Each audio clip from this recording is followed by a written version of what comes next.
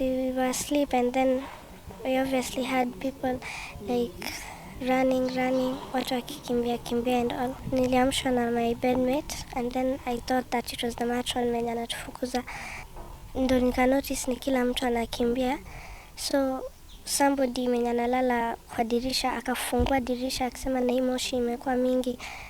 Ndo nikaona Stanford Oxford ikichomeka. Nikashtuka kwanza, so people were jumping and I was like, what's up? Nilikuwa na jaribu kuharakisha, I get out but nikaanguka chini kibahati mbaya, nikaumia mgongo. So I don't remember from there, nakumbuka tu nilikuwa kwa gari. And the incident happened at like in the middle of the night. There were some girls who burned the dome. It was like frustrating because like huku unajua utapitia wapi, moto ilikuwa imesha spread, so like wengine ilibidi waruke, though kuna wengine walishindwa, kuna wengine walibebwa na usingizi, kuna wengine walifaintia huko ndani, so wangeweza ku make it. Nini hasa ilikuwa amsha? Nini ilikuwa amsha?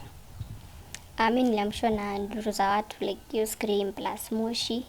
Then what happened? After kuona like moshi imejaa, like mimi kwenye lala like kwa dirisha hivyo, so ilibidi like nilipita tu kwa dirisha like hivyo tu like nikaruka.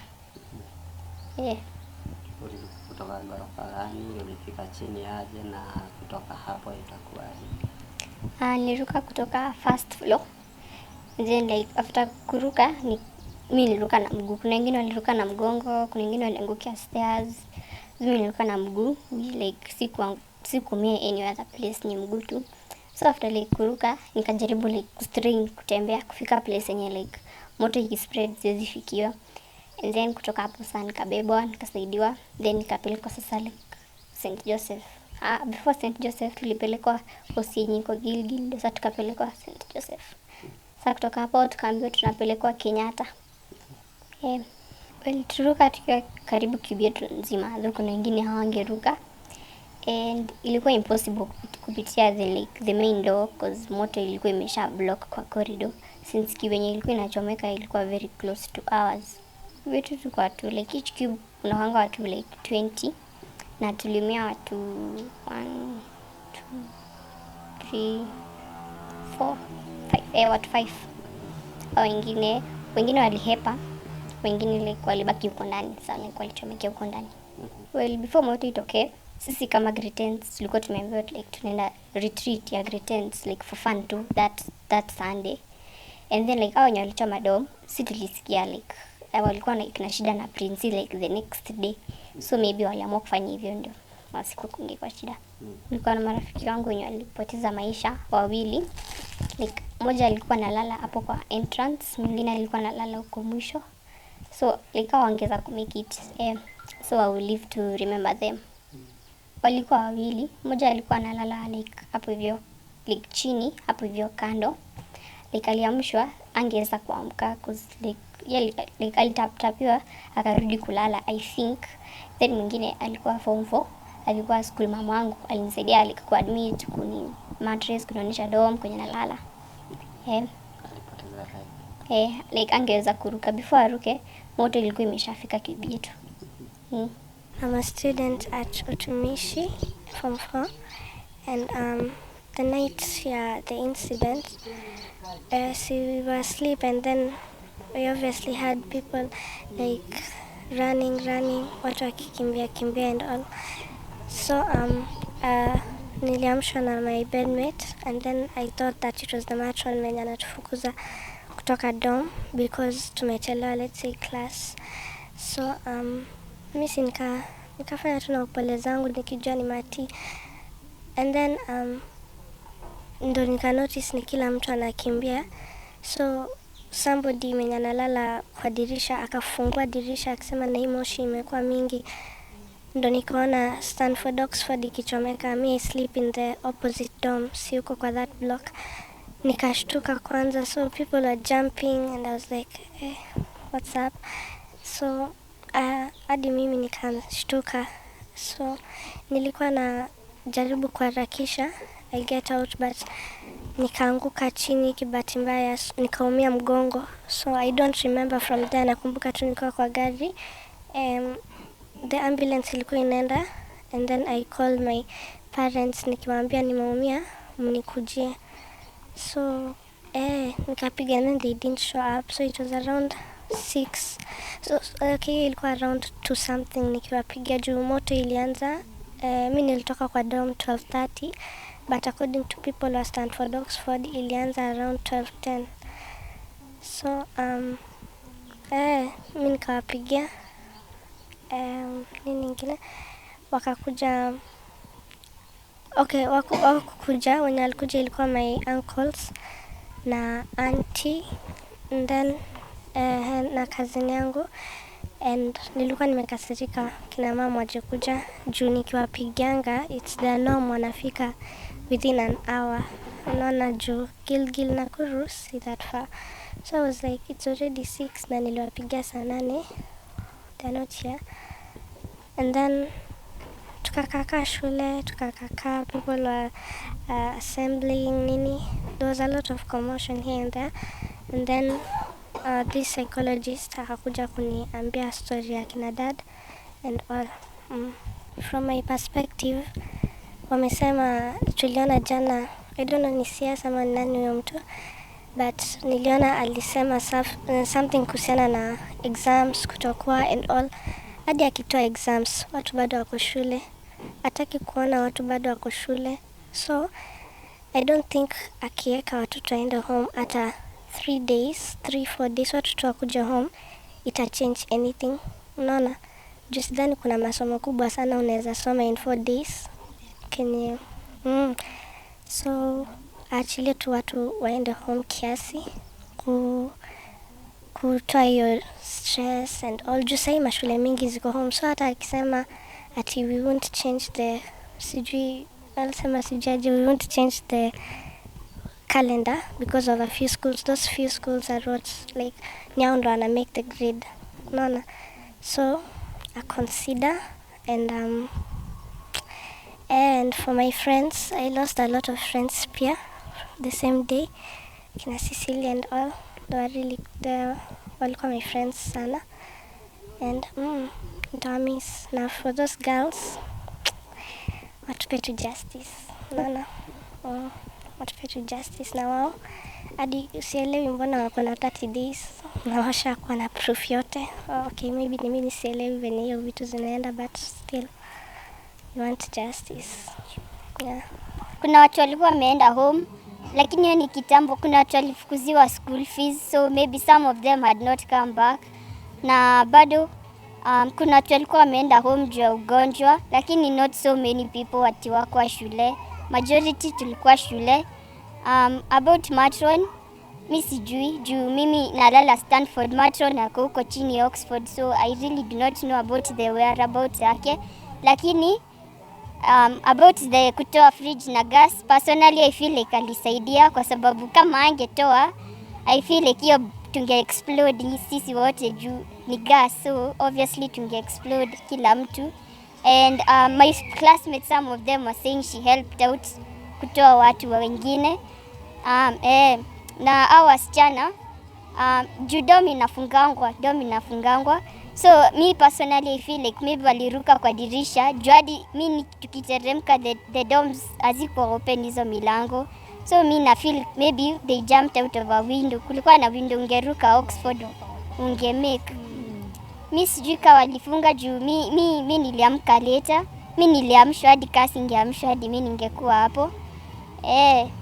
We just want justice. Lakini this plan was well executed. Si watu wajui venye wanafanya. Precious to me, Precious was my helper. Precious was my encourager. Precious was my sister. Precious was my twinnie. We looked alike. We even, some of the great-aunts knew we were biological sisters. One day during the academic clinic, Precious and I went to both our mothers because our fathers didn't come, but we went to our mothers. And Precious came to my mother, and then she told me we pull a prank on them. And then Precious went to my mother, and then my mother nikamwambia, "Mom, huyu ndio msichana nimeishi kukuambia tunafanana." And then akasema indeed tunafanana. Then mama akamuuliza, we ni wa wapi? Precious said Nakuru. And then mama akamuuliza, na babako ni nani? Akasema Munge. Munge is my father. Now my mom was like she couldn't comprehend whatever I was saying. And then akamuuliza, what do you mean?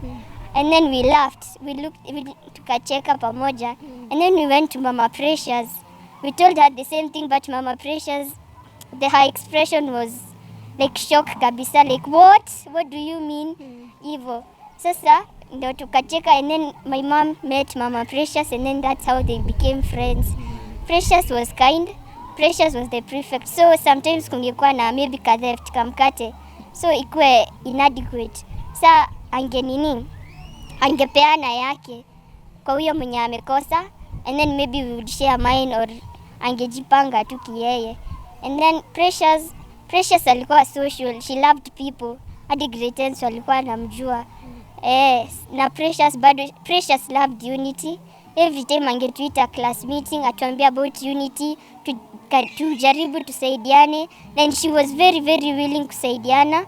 Personally mimi alinisaidia. I used to hate math kabisa, nilikuwa nashangaa imewekwa hii dunia ifanye nini, lakini Precious showed me another side of math.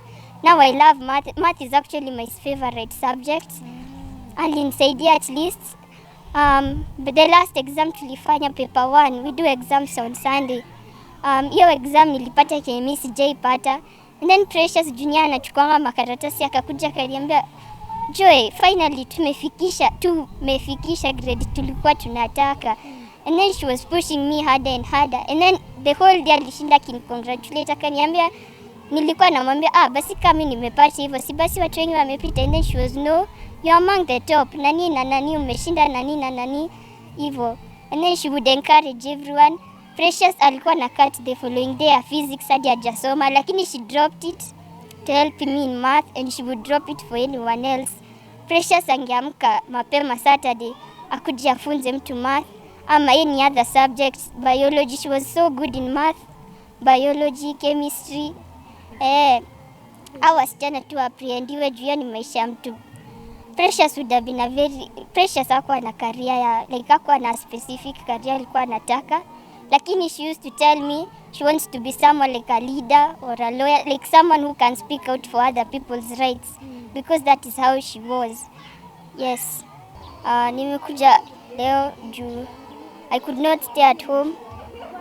Nilikuwa na feel like ni lazima ningekuja huku nione Mama Precious and how they are doing. Precious was a hero. She went back to the dorm. No wonder alikufa. Alitoka dorm hadi kuna mtu alisaidia jumper, and then she went back to go for other people. That's the kind of heart Precious had. Lakini mimi niko na shida with the government and everyone wa education, because ndao wasichana wakufe venye walikufa. There was a cube 12.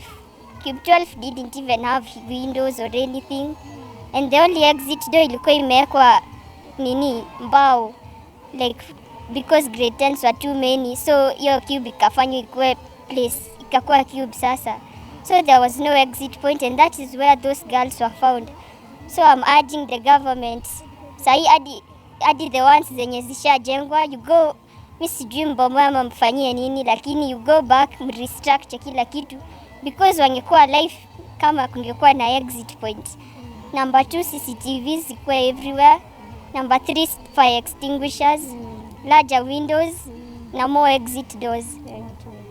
Na kukuwa na maji, because our school didn't have any water wakati all that was happening. So even though we wanted to help, we could not help in any way. Number 3, I'm saying this with a very bitter heart.